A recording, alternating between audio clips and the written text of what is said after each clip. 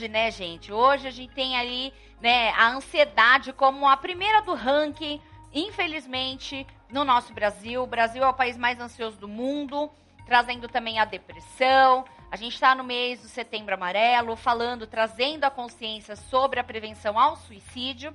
E hoje a gente vai falar um pouquinho sobre a questão do afastamento do trabalho por conta da depressão e também da ansiedade. Estou recebendo aqui hoje na nossa sala empresária e psicóloga Amanda Carvalhal, que vai contar um pouquinho mais pra gente sobre esse tema.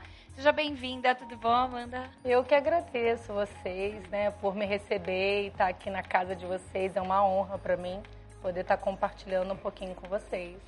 A gente sabe, né, que a ansiedade e a depressão virou uma coisa muito comum, né? Uma coisa muito corriqueira.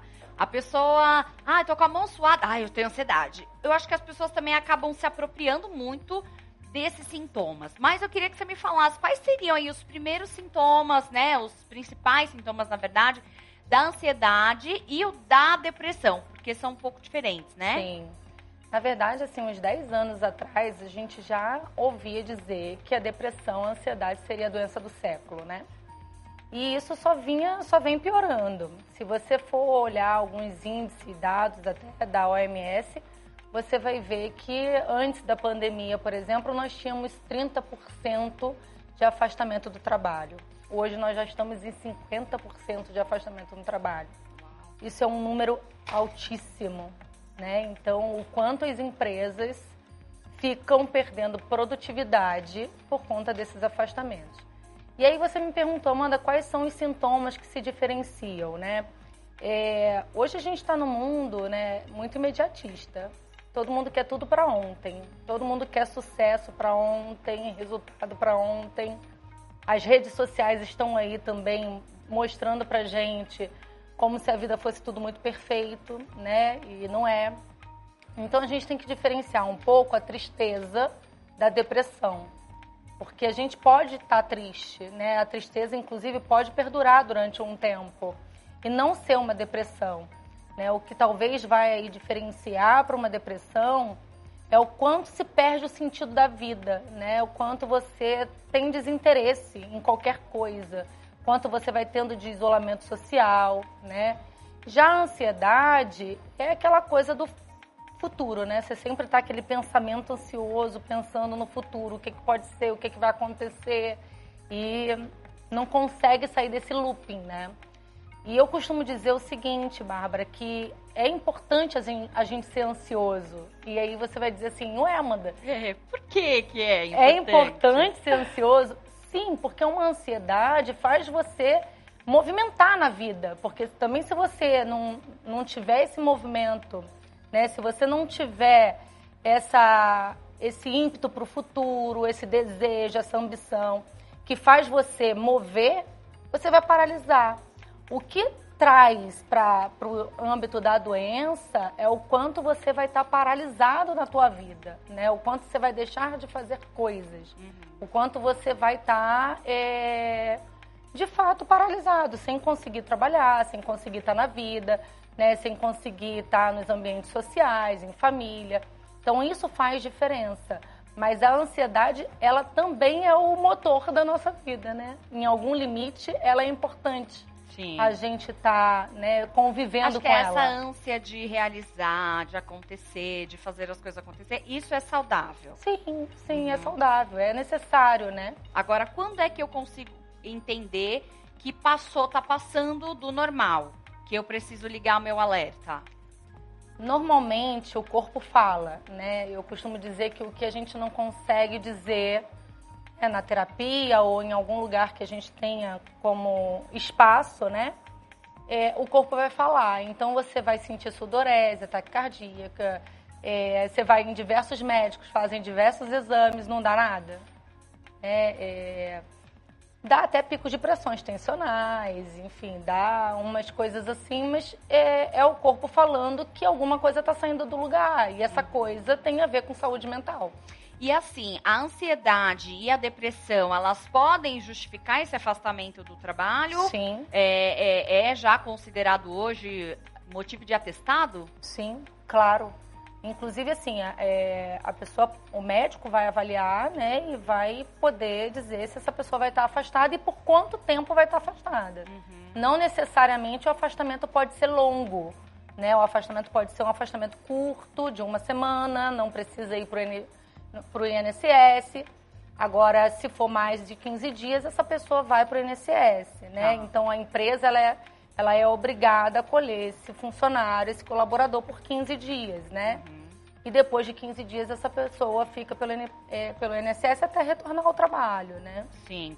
Vamos abrir aqui para perguntas. Você que está assistindo a gente, tem uma dúvida? Manda aqui para a gente no nosso WhatsApp, no 011 96586 1493. Manda a sua dúvida sobre relação, né, o afastamento do trabalho por conta da ansiedade e da depressão, ou até contando um relato, se você já passou por isso, a gente também quer saber, tá bom? Então mande aqui no WhatsApp que a gente já vai ler a sua perguntinha, tá bom? Bom, vamos lá. Você falou 15 dias. Qual seria aí, eu como empregador, por exemplo, né? Qual seria o máximo que eu poderia segurar ali aquele meu funcionário, sendo que isso está acontecendo com uma certa recorrência? Então, aconteceu, afastou 15 dias, voltou 1 semana, não está bem de novo. Como é que a gente fica? Porque aí também tem o lado do empregador, né? Que é de se pensar também. Como agir nesse momento? Eu sou empregador, né? Assim, eu estou nesse lugar também. Eu tenho hoje algumas empresas, né, que empregam centenas de pessoas, então eu convivo com isso diariamente. Quem vai sempre avaliar é o médico. Então, o médico vai avaliar esse paciente, né, enquanto paciente dele. E o empregador, ele tem que acolher, né, e ajudar também esse colaborador. O que acontece, Bárbara, é que muitas das empresas, elas focam em produtividade, que eu costumo dizer que é meio produtividade burra, porque é aquela produtividade seca no resultado. E aí a gente tem uma liderança cada vez mais autoritária, né, e que adoece em pessoas. Então, à medida que o empregador também consegue criar no ambiente de trabalho um trabalho mais acolhedor, uma liderança mais humanizada, que é uma das coisas que eu mais falo ultimamente, quando a gente consegue criar esse ambiente, por exemplo, nas minhas empresas a gente tem um setor de QSMS, né, que a gente é certificado, né, de qualidade, né, meio ambiente e segurança, e a gente tem um setor só de programas de qualidade de vida e saúde mental. Muitas empresas não têm. Ok que não tenha. Você pode ter isso no futuro, né? Você pode não ter uma empresa ainda que comporte ter, né, esse setor. Mas você pode ter uma liderança humanizada. O que seria essa liderança? Você conseguir acolher o outro, você conseguir ter uma comunicação aberta, você conseguir também ter uma empatia com o outro. Eu costumo dizer muito, Bárbara, que assim, não tem como a gente não misturar as coisas. Não tem como a gente sair de casa com um filho doente ou com você doente, que pode não ser depressão, não ser nada, né? Eu tive, por exemplo, desde os meus 18 anos, eu luto contra um câncer. Então, e ainda assim eu trabalho, eu tô na vida, e já fui curada diversas vezes, já tive metástase diversas vezes, e eu não posso, tipo assim, abandonar isso. Isso não faz parte de mim. Né? Deixo isso para trás e vou trabalhar igual máquina. A gente não é robô. Sim. Nós somos seres humanos. Então, assim, você vem pro teu trabalho com os seus problemas pessoais. Ou da tua vida, dos teus filhos, da sua família, do seu, né? Enfim. E aí, como trazer isso para o ambiente de trabalho e gerar produtividade? Porque a empresa não é um ambiente filantrópico, né? Que é o ponto que você trouxe, né? A troca, né? Né? A gente não pode lidar com uma empresa como filantropia, né? A empresa precisa de resultado. E eu acredito que para você ter resultado, você precisa movimentar pessoas, você precisa influenciar pessoas, né? Eu acho que é muito engraçado, antes de eu entrar aqui, por exemplo, a maioria dos meus funcionários foram pro auditório ligar a TV, tá todo mundo assistindo. Manda um beijo pra eles lá, né? Não, eu já disse pra eles são os amores da minha vida, lindos, assim. Porque torcem, né, vibram, por quê? Porque se influenciam com a liderança. Então, eu acho que liderança é isso, é tocar o coração do outro, de uma forma que você consiga acolher o outro. E na medida que você faz isso, você torna um ambiente mais saudável, né? Então, Bárbara, pense numa coisa, isso não é sem resultado. Eu tenho hoje 6 empresas. Uma delas é um instituto de ensino que a gente abriu de capacitação de pessoas, né? Porque eu acho que hoje é o que a gente precisa no Brasil, capacitar pessoas. Com certeza. E não é sem resultado. É com muito resultado, com muita cobrança. Todos os meus liderados sabem o quanto que eu cobro, o quanto eu sou exigente. Mas o quanto que eu sou parceira. Você já teve algum funcionário que passou por essa questão da depressão e ansiedade que precisou se afastar do seu ambiente ou não? Sim, tive. E como é que você agiu nesse momento? É que para você é um pouco mais fácil ser psicóloga, seu ambiente deve ser mais... Mas conta pra gente, né, aqui o teu relato, pra gente poder dar uma esclarecida. Sim, já tive. Esse funcionário, inclusive, teve uma crise mais difícil e precisou ser internado. E ele ficou 30 dias internado no hospital psiquiátrico. E aí ele depois aí ficou 15 dias pela empresa, como eu te disse, né? A empresa cobre os 15 dias do funcionário, os outros depois do INSS. E aí ele retornou ao trabalho, e aí, assim, o retorno também é muito importante ser dito. Porque, assim, retornar ao trabalho não significa que essa pessoa acabou o problema, né? Significa que ela já esteja com esse problema já controlado, sendo cuidada, tendo um ambiente para poder olhar para isso. Então, a empresa precisa agregar esse funcionário de novo, reintegrar esse funcionário. E aí, como que reintegra, né, esse funcionário? Então, ele vai conseguir fazer a mesma atividade que ele fazia? Eu, por exemplo, trabalho com elétrica, né? As minhas empresas são de manutenção elétrica na área naval e na área de indústria, subestação, em plataforma. Muitas das vezes, os meus funcionários, eles fazem irata, né, alpinismo. Então, fazem elétrica, manutenção elétrica em corda. É super difícil. Como que eu vou colocar, né, um funcionário em corda? E aí eu acho que o médico, ele tem que amparar. Ele liberou? Tá liberado. Eu, enquanto psicólogo, ainda tenho, né, um cuidado maior de conversar com esse médico. Olha, o trabalho é esse. Porque muitas das vezes, gente, é importante dizer isso. O funcionário precisa dizer para o médico qual é o trabalho dele, qual é a função, porque às vezes ele está apto realmente para voltar a trabalhar, mas não naquela função. E aí, assim, o NP tem que liberar, porque ele está apto a voltar. Se ele está apto a voltar na função que ele está, né, que ele exerce, ou a empresa vai ter que reintegrar ele em outra função, porque também é papel da empresa reintegrar em outra função. E esse funcionário retornou, né, voltando à história dele, ele retornou e a gente está passando por um processo de reintegração, né, de acolhimento, reintegração, então faz parte, assim, isso acontece, né, ainda mais quando você tem muitos funcionários, a tendência... Nós estamos hoje com 50% de afastamento pelo INSS. É muita coisa, né, gente? Por saúde mental, depressão e ansiedade. É muita coisa. É muita coisa. Né? Você ter os outros 50% de outras doenças. Olha que loucura, né? Que pesado. E esses outros 50%, muitas vezes, fazendo o trabalho de quem está afastado também. Porque alguém precisa dar conta daquilo. Então, é uma sobrecarga também para quem fica. Né? Então, tudo isso. Chegou perguntas, vamos começar aqui a responder? Bom. Pode colocar na telinha. O Eduardo, lá de Minas Gerais. Um beijo, Minas Gerais. Boa tarde, eu fui afastado 2 vezes do trabalho por depressão e ansiedade. Depois de 2 meses, eu fui mandado embora e continuei com o tratamento. Isso pode ser considerado como uma doença laboral? É uma excelente pergunta. Pode sim, desde que o médico entenda que foi por conta daquele trabalho que ele adquiriu essa doença. Então, se o médico entender, né, o médico, o psicólogo, que normalmente tem, né, essa integração, mas o médico que dá o laudo, se ele entender que foi por conta da atividade, né, do trabalho desse colaborador, pode ser doença laboral.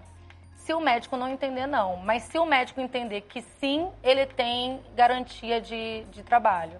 Por isso que também é importante o autoconhecimento. Porque muitas vezes, quando você já sabe aquilo que dói em você, você já vai chegar para o médico e vai falar, eu tenho certeza que é por conta desse ambiente, eu tenho certeza que é por conta disso. Então, é importante também, né? A pessoa, quando tiver com esses sintomas, já procurar uma terapia, uma ajuda, né, psicológica, para poder entender por que eu tô assim, né? Qual que é o motivo de eu estar assim? Ah, é o meu trabalho? É a minha saúde? É a minha família? É algo que tá, né? Então, eu acho que esses fatores também são muito importantes, né? Pra gente analisar, e essa questão do autoconhecimento traz até um diagnóstico muito mais preciso, né, Amanda? A gente começou, né, Bárbara, a falar muito mais sobre saúde mental e sobre a frequência na ida ao psicólogo, em fazer terapia, de um tempo pra cá. Sim. Porque, assim, antigamente era visto como acho que algo... depois da pandemia, né, Amanda? Pois é. Acho que foi. Porque, assim, antigamente você ainda tem, tá? Você ainda escuta, você vai à terapia, você vai ao psicólogo, você é maluco. Uhum. Ainda tem esse estigma. Verdade. Né? Que é bem feio, assim, né? Então, eu sou doida há 15 anos, porque eu faço... Eu sou doida há uns 7, então, Amanda, porque eu faço faz uns 7 anos. Pois é, então, assim, a gente precisa cuidar da nossa cabeça, né? A gente precisa cuidar da nossa mente para o nosso corpo estar são, a gente poder estar tocando a vida bem. E é isso que você está dizendo, se conhecer, né? Na medida que você se conhece, que você investe tempo nisso, né? Que você tem um lugar, né? Para poder você falar das suas dificuldades, isso é muito precioso, né? E eu costumo dizer assim, não precisa deixar ir pro corpo, sabe? Sim. Não precisa estar tão ruim para que nós possamos buscar ajuda. Uhum. A gente pode buscar ajuda antes da coisa ficar encrencada, né? Uhum. A gente pode pedir ajuda, gritar socorro antes, né? Uhum. Então, eu acho muito importante a saída, né, ao psicólogo. Hoje as pessoas, ajuda, né? Hoje as pessoas estão falando mais sobre isso e eu tô achando ótimo.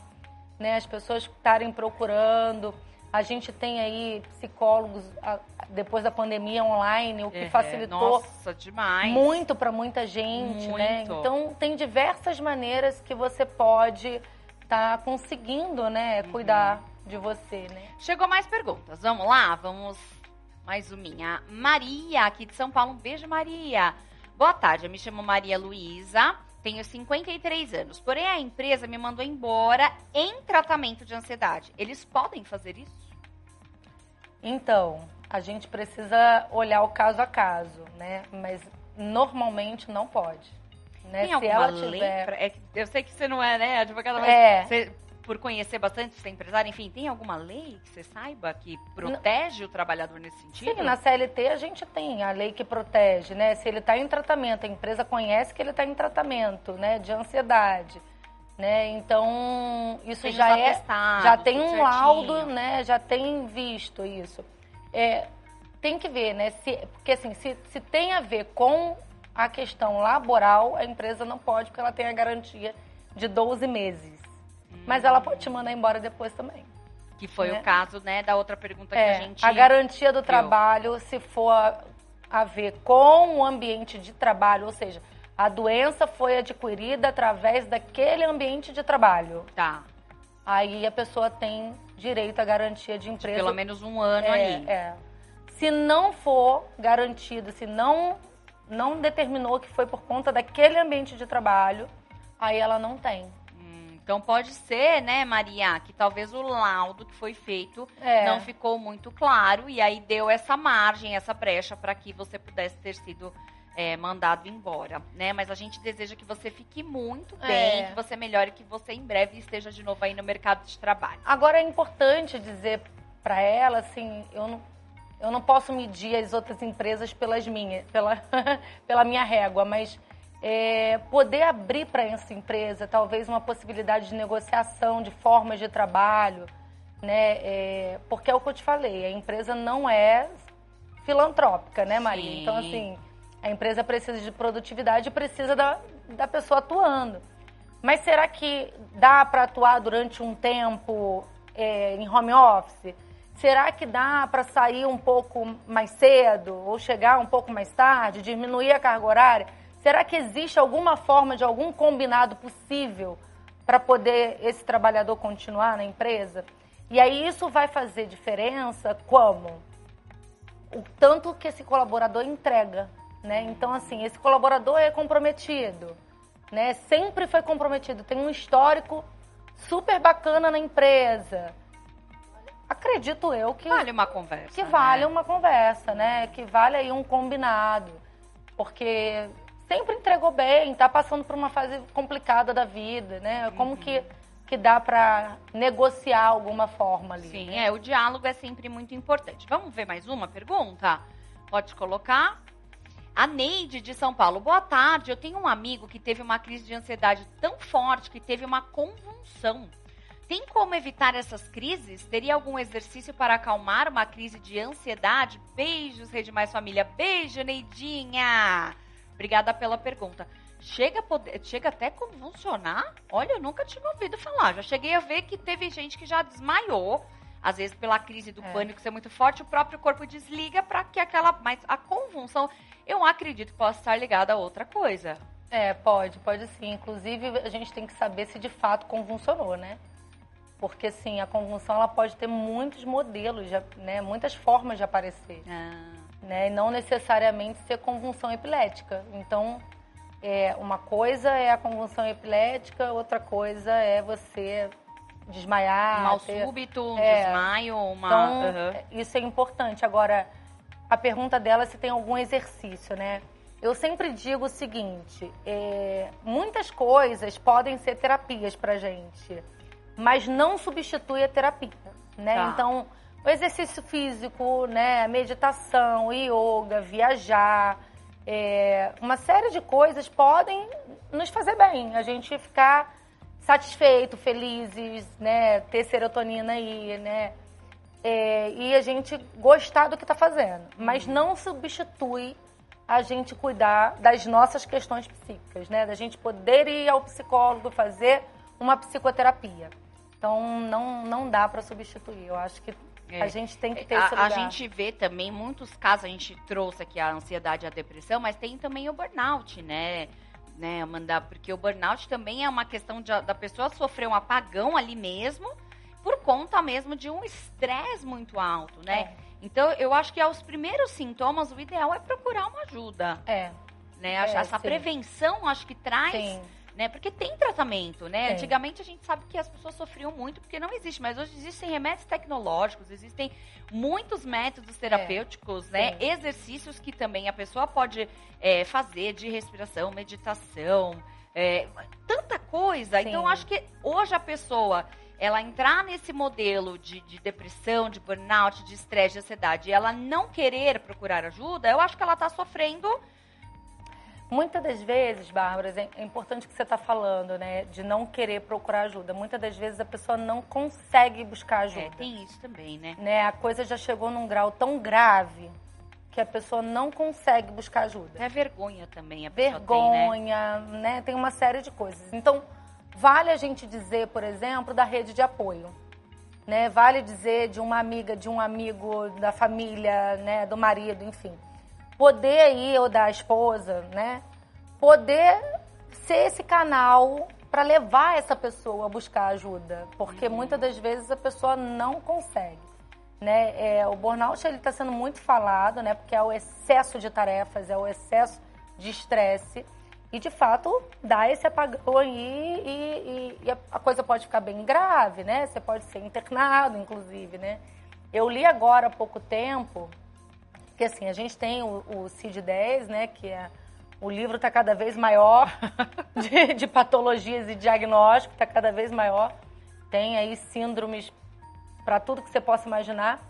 E eu estava lendo esses dias que não está ainda no CID-10, mas provavelmente em algum momento vai entrar, que tem um psicólogo e um psiquiatra alemão estudando sobre burnout, que é ao contrário de burnout. Né? Que é o fato de você estar ligado o tempo inteiro e você não se desligar. Se desligar. Então, o burnout faz o quê? Você se desligar porque você não consegue, você paralisa, né? E eles estão dizendo que vai chegar um tempo que a pessoa vai estar doente fazendo coisas, e doente fazendo igual igual máquina mesmo, Sim. né? Assim, toda escacetada e não sei como que vai parar, né? Porque... Chegou mais uma mensagem, vamos lá. Uau, essa tá bem pequenininha, gente. Eu pedi pra vocês colocarem um pouquinho mais pra cá, TV, Nem por favor. enxergo. Ó, a gente sabe que é o Joaquim de Goiás. Olha, Goiás, ligadíssimo aqui. Boa tarde, eu trabalhei 20 anos em uma empresa. Aos 18 anos na empresa, entrou um novo gestor e começou a me perseguir. Isso fez com que eu começasse a ter crise de ansiedade e desenvolvesse depressão. Fui ao psiquiatra, que me afastou do trabalho. Depois voltei ao trabalho, meu chefe começou a me depreciar e dizer que aquilo era frescura. Depois de um tempo, eu fui demitido e a justificativa era que os meus serviços não serviam mais para a empresa. Como posso provar que foi uma doença adquirida no emprego? Um abraço, Joaquim. Beijo para Goiás. Então, ele já disse ali, né, que ele sofria ali perseguição no trabalho. Essa parte, né, Bárbara, de você provar, porque cabe a ele provar, fica com ele, né, o exercício da prova. Então, ele precisa ter aí mensagens, né? Olha, eu ensinando vocês a... Não, mas aqui a gente tá falando realmente o que... Vocês precisam ter, tipo, mensagens, provas, tem que ter as né? provas de Sabe que aquela coisa, prints e provas? Sim. Você tem que ter mensagens. Como que você vai provar que alguém tá te perseguindo? Alguma mensagem, algum e-mail, né?